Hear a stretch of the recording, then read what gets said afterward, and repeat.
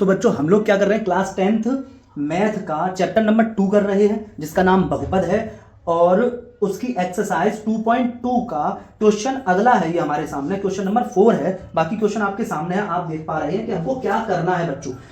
अब बच्चों आप देखें यहाँ पर चर क्या है, हमारा चर यहाँ पर u है, और ये चर तो बदल सकता है, ये चर कुछ भी हो सकता है, जैसे कि हमारे पास 2x square plus 5x plus 7 भी हो सकता है, 3y square plus 7y minus 9 भी हो सकता है, या 2t square plus 7t minus 11 भी हो सकता है। इस तरीके से हमारे जो चर हैं ये x x, ये y y, ये कुछ भी हो सकते हैं। ये चर बच्चों हमारे कुछ भी हो सकते हैं।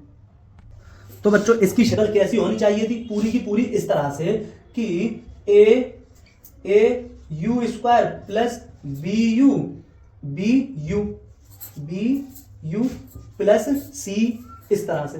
तो इस तरह से नहीं है, मतलब एक रह रहा है, c रह रहा है, तो हम यहां कहेंगे कि प्लस 0 है, यहां प्लस 0 कह देंगे। अब पूरे 3 टर्म हो गए, 3 टर्म होते हैं द्विघातीय बहुपद, जो जनरल फॉर्म होती है उसमें 3 पद होते हैं, ठीक है। हाँ, द्विघातीय बहुपद ये है, इसमें 3 पद हैं बच्चों, तो 3 पद हमने कर दिए यहां पर, ठीक है। अब बच्चों आप देख रहे हो a की जगह क्या है, b की जगह क्या है, c की जगह क्या है, ये तो आपने देख लिया। अब हमें खैर करना है इसका गुणनखंड, करना हमको इसका शून्यक पता करना है। शून्यक पता करना है तो हम क्या करेंगे कि 4 की हम यहां लिखेंगे 4u स्क्वायर प्लस 8u बराबर 0, क्योंकि हम ये कहेंगे कि इसके शून्य पता करने हैं, तो हम कहेंगे लो तुम शून्य हो गए, ठीक है। हाँ, हम ये कहेंगे। अब हम बच्चों हम क्या करेंगे, यहां पर कॉमन लेंगे, ज्यादा से ज्यादा हम जो कॉमन ले सकते हैं वो लेंगे। एक तो हम दोनों में कॉमन मतलब 4 है, 4 का हम डिवाइड दोनों तरफ कर सकते हैं, इस प्लस के लेफ्ट में भी और इस प्लस के राइट में भी, दोनों में बच्चों हम 4 का डिवाइड कर सकते हैं।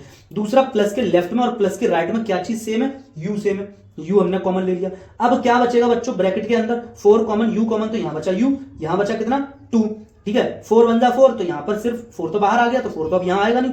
यहां 8 है तो 4 का डिवाइड करोगे 8 में तो 2 टाइम जाएगा, तो ये आ जाएगा इक्वल्स टू 0। तो बच्चों ये हमारा आ गया, ठीक है। अब 4 जो है, 4 बच्चों 0 हो नहीं सकता, 4 तो 0 हो नहीं सकता। अब ये u 0 हो सकता है, ठीक है। इन तीनों का मल्टीप्लाई करके 0 आ जाए। 3 बातें हो गई ना, ये 1 2 और ये 3, एक 4 एक u और एक u प्लस 2, ये तीनों मल्टीप्लाई में है। इन तीनों का मल्टीप्लाई होकर 0 आए, इसका मतलब 4 0 हो नहीं सकता, तो फिर 0 कौन होगा, या तो u बराबर 0 है, फिर बच्चों हम लिखेंगे या फिर u प्लस 2 बराबर 0 रखने पर, तो हम कहेंगे कि u की वैल्यू कितनी आ रही है, 2 इधर ले जाओ तो माइनस का 2, तो u की वैल्यू आ गई माइनस का 2।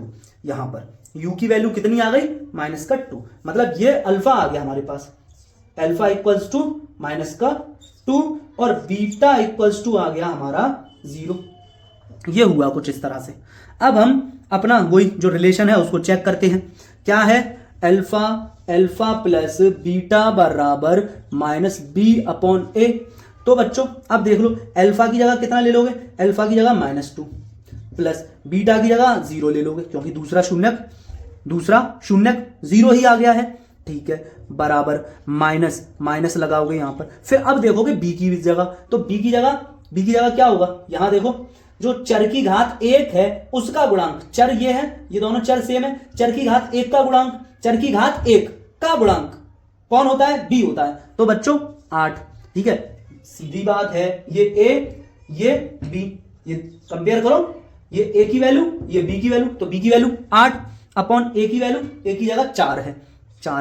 तो बच्चों 4 का डिवाइड करो 4 2 8, राइट हैंड साइड में -2, लेफ्ट हैंड साइड में भी -2, मतलब हमने वेरीफाई कर लिया, ठीक है। हाँ, इस रिलेशन को, इस संबंध को हमने चेक कर लिया, जांच कर लिया। अब दूसरा संबंध, अल्फा इंटू बीटा बराबर में कितना है, c अपॉन a। अब अल्फा कितना है, अल्फा है -2, बीटा कितना है, बीटा है 0 बराबर c की वैल्यू 0 अपॉन कुछ भी करोगे आएगा तो 0 ही, तो 0 अपॉन a की वैल्यू कितना 4, a की वैल्यू 4 का डिवाइड करोगे तो इधर भी 0 इधर भी 0, तो हमारे दोनों के दोनों रिलेशन भी आ गए। हमने शून्यक भी ज्ञात कर लिए, और गुणांकों और बच्चों किसके बीच में, गुणांकों और शून्यकों के बीच में हमने संबंध भी जांच कर लिया बच्चों।